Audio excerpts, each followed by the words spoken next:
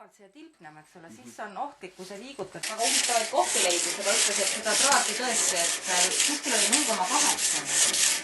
Aga noh. Ja et sul ongi 2 erinevat mõõta, jah? 3. 3 erinevat? Jah. Nii et 5, 6 ja... Ja siis tuleb see on? See on 4. 4, jah?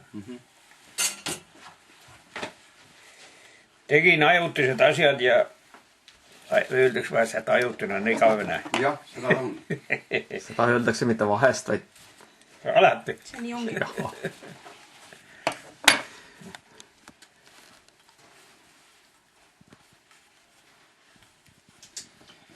Paneme kirja, sest midagi teha päevuga hakkab vaikselt ära minema. Ja, see tulebki kõik fikseerida. Aga seda litriplekki, seda jälle nendega teha ei saa. Ta on liiga õhuke. Vaatasin ka, et tegelikult liiga õhuke rebib. Selle sa lõikad kääridega lihtsalt. Jah, rebib katki. Saad, tahab ka võimalt saada. Laua peal lüüdes siis... See hakkab põrkuma, jah? Ei, kui laua jala peal. Põrrutab, ei taha tulla.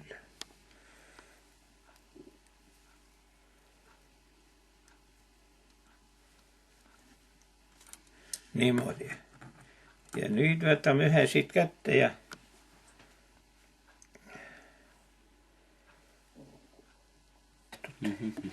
Aga ikka, kui need murtud, siis peab ikka laua peal, et murrab sealt koos, kus tarvis on. Jah, igal meissil on omad võtted.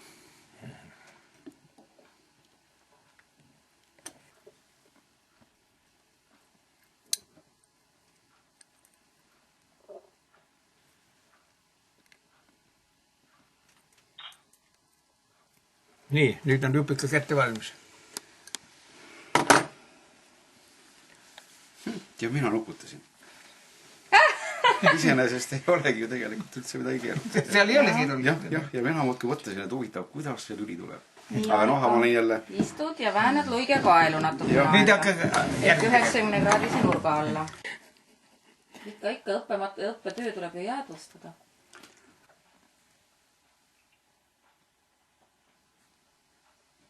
Vaikne tööhook. See ongi hea nokitsemise töö. Sest kui ma esimest korda selle lüliketi